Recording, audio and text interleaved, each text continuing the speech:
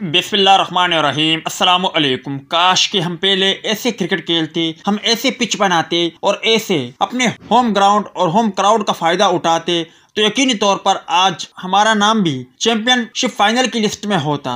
West Indies और पाकिस्तान के माबेन पहले टेस्ट मैच का नतीजा आ गया।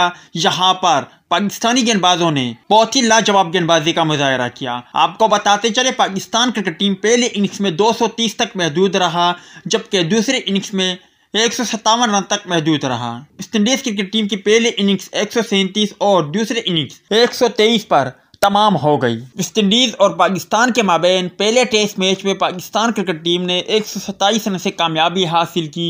दोस्तों, पहले इनिंग्स में पाकिस्तानी गेंदबाज साजिद खान ने 4 जबकि नोमान अली ने 5 खिलाड़ियों को आउट किया और इब्रार अहमद ने 1 खिलाड़ी को आउट किया। जबकि दूसरी इनिंग्स में साजिद खान ने 5 खिलाड़ियों को आउट किया, जबकि इब्रार अहमद ने 4 और नोमान अली ने 1 खिलाड़ी को आउट किया। पूरी दुनिया में जितने भी टीमें हैं वो अपने होम ग्राउंड का फायदा उठाती है, मगर आज तक हमने जितने टेस्ट मैच खेले वेस्ट इंडीज और इंग्लैंड के टेस्ट को निकाल कर तो हमने अपने होम ग्राउंड का फायदा नहीं उठाया।